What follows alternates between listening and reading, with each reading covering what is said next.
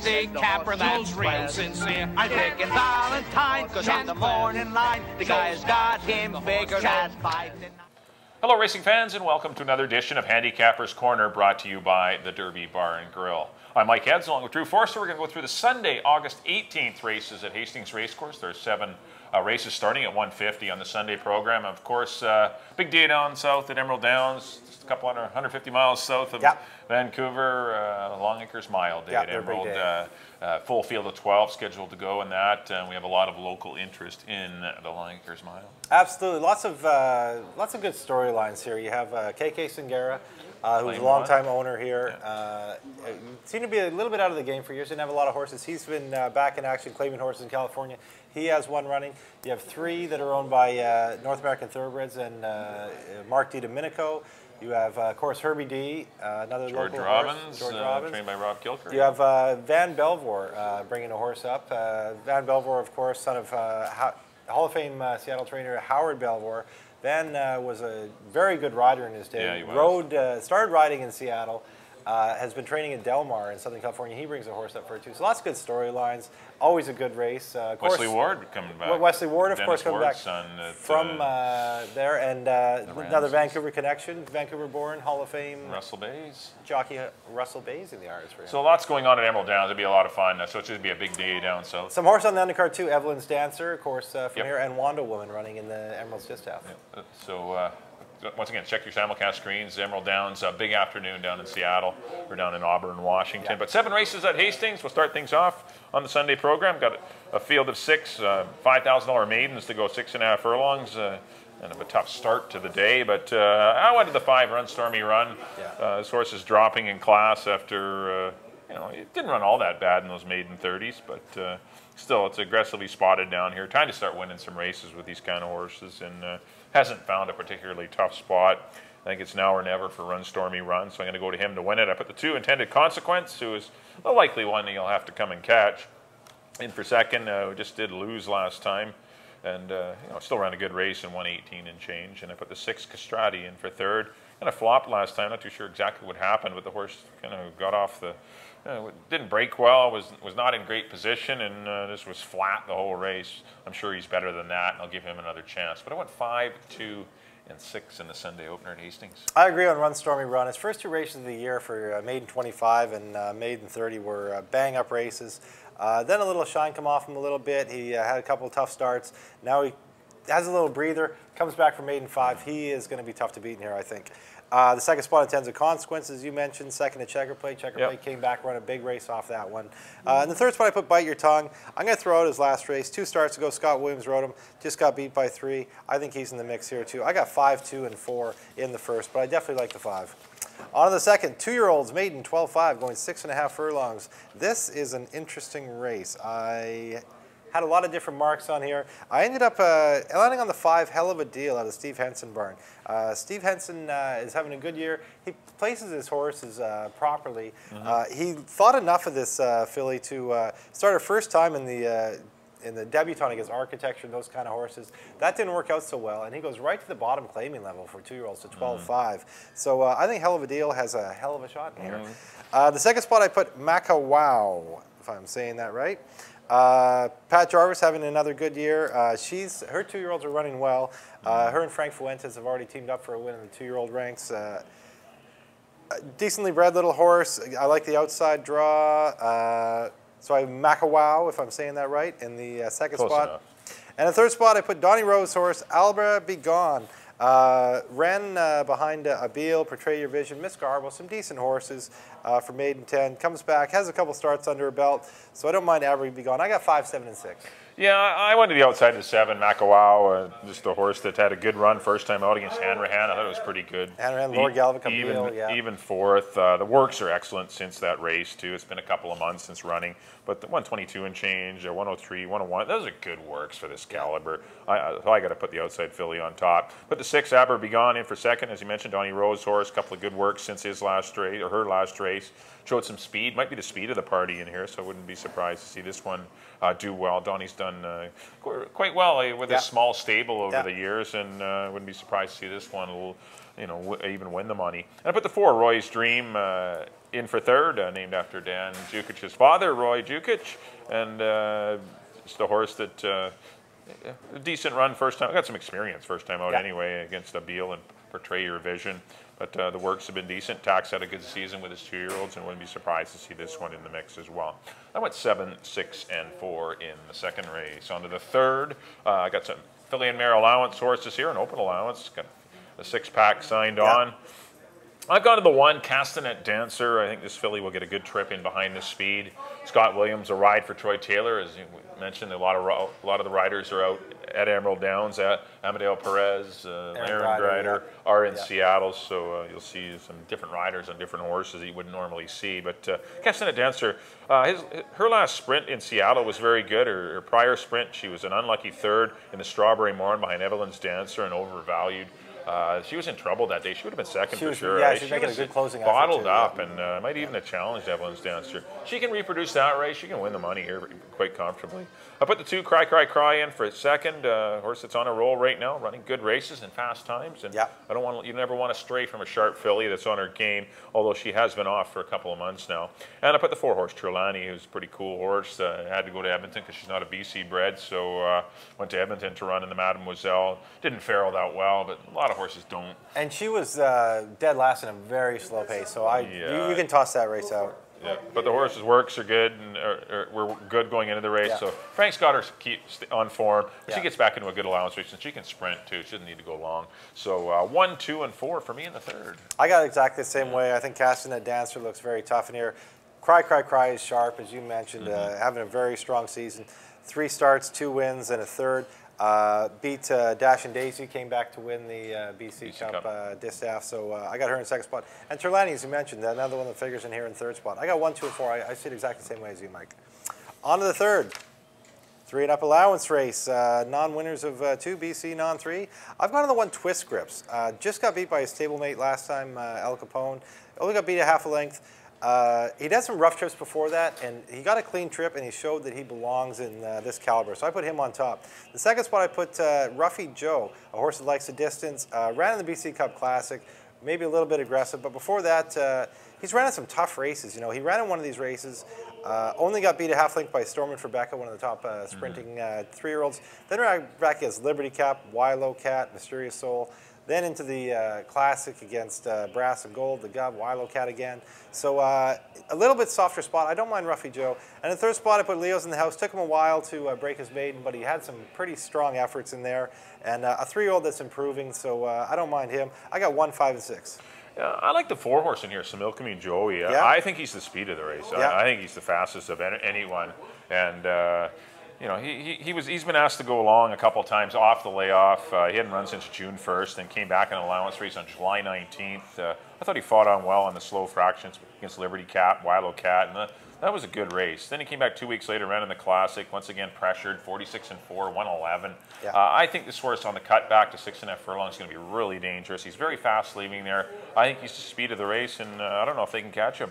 I like Samilkameen Joey on top. But the 5, Ruffy Joe, in for second, as you mentioned, another one cutting back in distance, but running against a lot easier company today. I've always liked this horse, and just seems to. I always think that he has more speed than he's showing, but he keeps getting back in his races, which obviously hurts his chances of winning. But Ruffy Joe, for me, I think will be right in the mix. And I put the 6, Leo's in the House for third. Just broke his maiden, but did it easily. There was lots left in the tank, and it was a soft maiden race, but still there was plenty left. I've left Twist Grips off the ticket only because he drew the rail. And I just think he's going to get bottled up. He's had troubles when he's drawn inside before, and he gets outfooted through the opening 1/8 of a mile, and he gets covered up, and he gets really rank and hard to handle. But if he can break well and get out there, then he's of course a tough one in here. But I went 4, 5, and 6. I really like Samilkameen Joey. On to the 5th race, maiden 5,000 fillies and mares, going 6.5.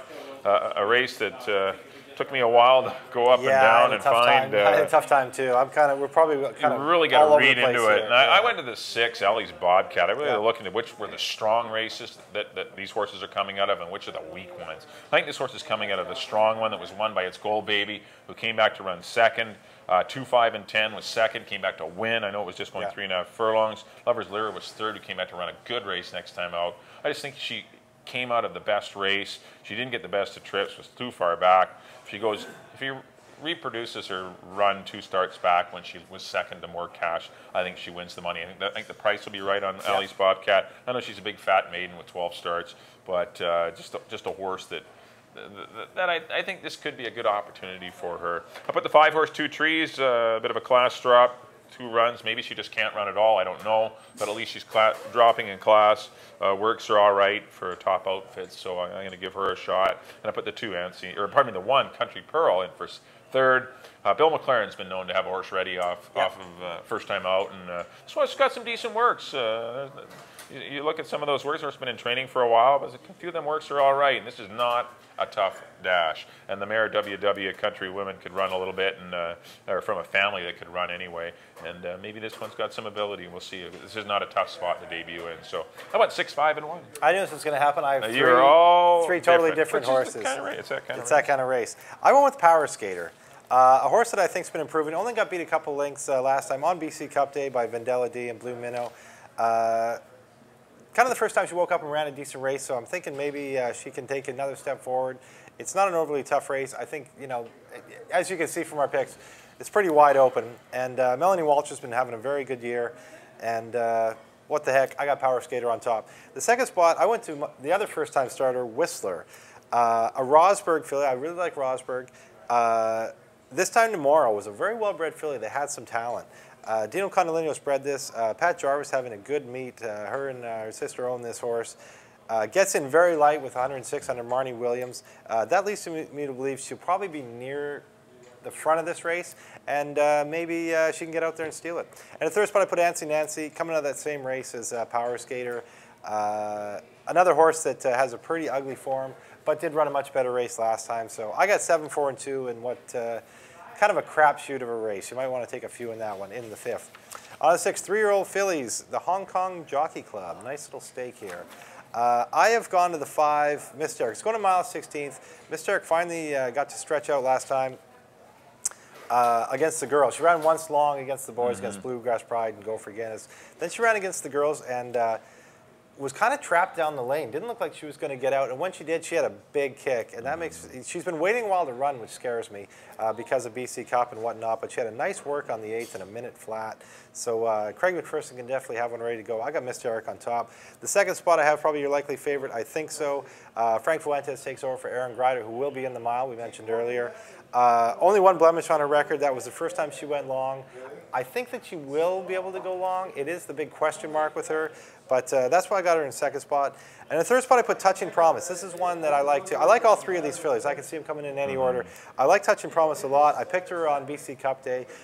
She hadn't run in a little while and was in and scratched and was kind of compromised by that because she made a move. I think just got a little tired late. If she'd had that race in between, I think she would have been right there. I have her in the third spot.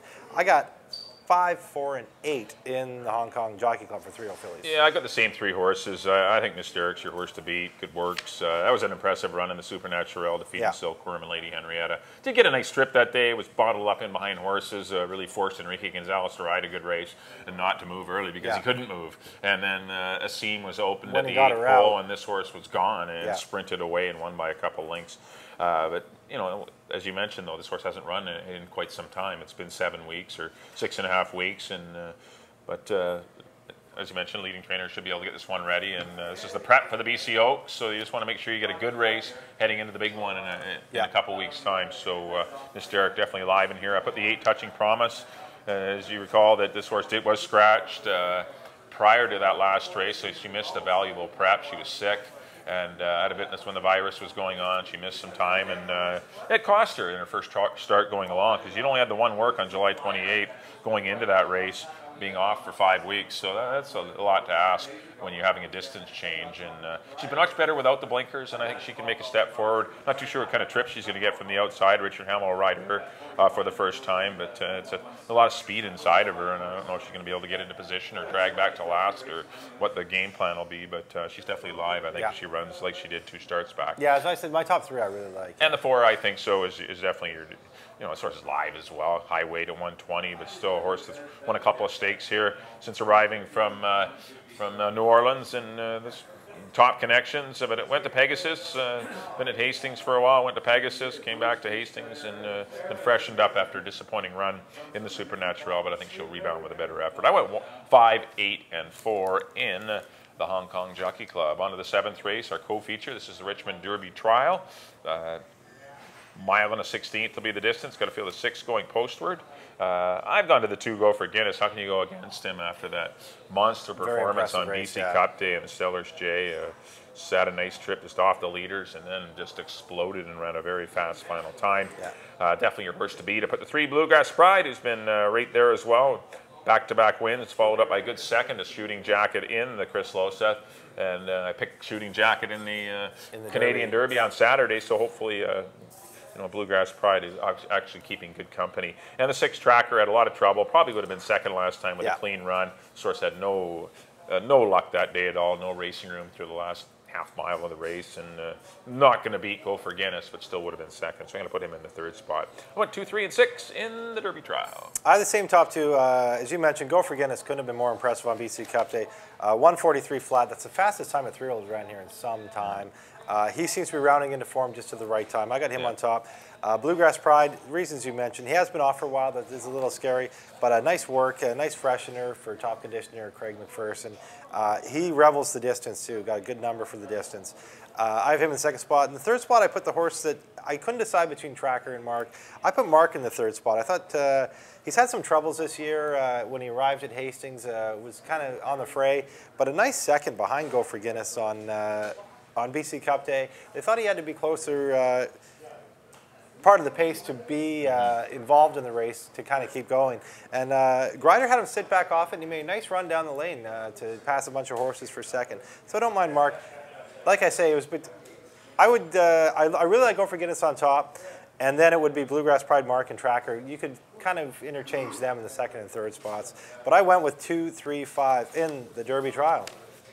On to the 8th, the Nightcap Fillies and Mares, Maiden 5,000. I've gone to the 3 Blue Minnow. Was unlucky to lose on BC Cup Day. Vendella D, 2nd time starter of the Mike Anderson Martin, came up and just nipped his brother Robbie Anderson's horse. But I don't see this as being an overly tough race. I think Blue Minnow would be the horse to beat. I could see her in the winner's circle today. The 2nd spot, I went with the 1st-time starter, the William Levanaway barn. Has some decent works. Devils in Command. 2nd in Command can throw a horse that will run first out. They do have, kind of a good tactical kind of speed to them. And William Levanaway is having heating up lately, definitely, and Antonio Reyes takes the call. The works are okay, not an overly tough race, so I threw Devils in Command in the 2nd spot. And the 3rd spot, I put Runaway Charm, a horse that looked like he was sitting on a big one last time. Ran kind of flat, but I'll give her another chance. I'll throw out that last race. Before that, she just got beat 3/4 of a length. So another one that's live in a race that's kind of a mishmash. But I do like Blue Minnow. I went 3, 6, and 5. Yeah, I got the same 3 horses. Blue Minnow's your horse to beat. That was a good runner-up effort to Vendella D, and even prior to that, running with Rodessa and Rear. That was a good. This filly's in good form, and all it'll take is, I think, a repeat of her last race, and she wins the money. So I put Blue Minnow on top. I put the 5 Runaway Charm in for 2nd. I'll forgive her for her last. She didn't break well, didn't get any position, was out of the race early. Seemed to just pin her ears and hate everything about the race last time. But she'd been off for 5 weeks. Better spacing in between races.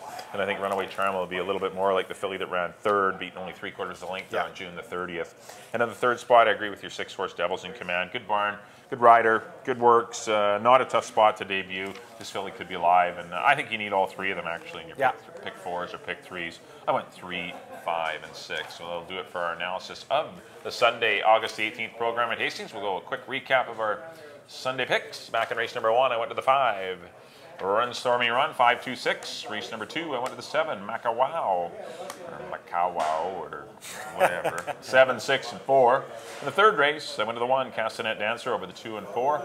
The 4th race, number 4, Similkameen Joey over the 5, Ruffy Joe, and the 6, Leo's in the house. In the 5th race, number 6, Ellie's Bobcat over the 5 and 1. The 6th race, number 5, Miss Derrick. The final prep before the BC Oaks, I went 5, 8, and 4. The 7th race, the final prep before the BC Derby for the 3-year-olds here at Hastings. I went to the 2, Go for Guinness over the 3, Bluegrass Pride, and the 6 Tracker. Then the 8th and final, number 3, Blue Minnow over the 5 and 6. We get back together with a lot of the same picks here on the Sunday card. I agree with Mike in the first. Number 5, Run Stormy Run over the 2 and the 4. In the second, I went to the 5, Hell of a Deal over 7 and 6. In the third, I agree with Mike on number 1, Castanet Dancer over the 2 and the 4. In the fourth, I went to the 1, Twist Grips over the 5 and the 6. In the fifth, I went to the 7, Power Skater over the 4 and the 2. In the sixth, I agree with Mike on number 5, Miss Derrick. Think she'll be tough today over the 4 and the 8. In the 7th, again, I'm with Mike on Go for Guinness in the Derby Trial over the 3 and the 5. And in the nightcap, I'm with Mike again on number 3, Blue Minnow over the 6 and the 5. Well, of course, a big race on Sunday that all eyes will be on here in the Pacific Northwest is the Long Acres Mile. 200,000 200 flat mile. Yeah, always their biggest day in Emerald. As we mentioned, there is the distaff in the undercard. A lot of good storylines in here. One thing we forgot to mention at the top of the show, Mario Gutierrez. Yes, he's in Seattle. Is in Seattle to ride one for North American Thoroughbreds. They teamed up to win the mile last year, of course, with Taylor Said. Always a tough race. I have gone to the 3 Politically Correct. Wesley Ward, you mentioned, a Washington boy, comes home for the mile. Politically Correct has been running in very tough races for most of his career and putting up some big numbers. And for those of you that don't watch a lot of racing around North America, Ken and Sarah Ramsey are the leading owners in the nation, and they just seem to, every time you look up here at the Derby, you look up at one of these screens, there's the Ramseys in the winner's circle. Red R, and they're in the circle. But yeah, they've set records at Churchill Downs this year for most wins. Just the winning races at Saratoga, Keeneland. They're just winning everywhere. So their horses are running very well. They're on form. I think they found a good spot for Politically Correct. A mile, I think, will fit in perfect. I've always thought that a great horse for the Long Acres Mile, the way that it's usually run, is a horse that's a good 7-furlong horse. And that's what this horse is. So I Politically Correct on top. The second spot, I put New Purchase by the North American Thoroughbreds and Dr. Mark DiDomenico. Number 11, Mr. Bowling, another horse who's got some pretty good numbers and fairly accomplished in his young career. He is a 4-year-old. He's only run 12 times. He did win a Grade 3 earlier on. He was one of the favorites in the Louisiana Derby. I know I talked to Aaron Grider the other day. He worked this horse in Seattle. Did he make the form? Yeah, the 59 and 1. And he said he was set up behind a horse, and he loved the way he worked. He said he expects a big race out of this horse. And the third spot, I put the hometown favorite, Herbie D. He is actually set at the morning line favorite right now. I'm not sure if that will be adjusted, but I imagine Politically Correct will probably go off as a favorite. 7-2. He's 7-2. I think Herbie's 4-1. Yeah. But I do like Herbie D. Speed is always dangerous in the mile. There's been horses that were maybe not the best horse in the race who've got on a lead on mile day when the track is generally very speedy and have held on to win. So I wouldn't be surprised to see Herbie D win it either. But I went with 3, 11, and 10. Yeah, I like the 3 Politically Correct as well. Looks like there's going to be a bit of pace in here. And if Russell Bates, who's been known to give the odd good ride, can get a good trip. About 11,000 of them. 12,000 of them, yeah. But Politically Correct. The worst rider to ever win 12,000 races, I always say. But Politically Correct, has a good runner-up effort to Sage Valley at Saratoga last month. And this horse is keeping good company. And he's running against some strong horses.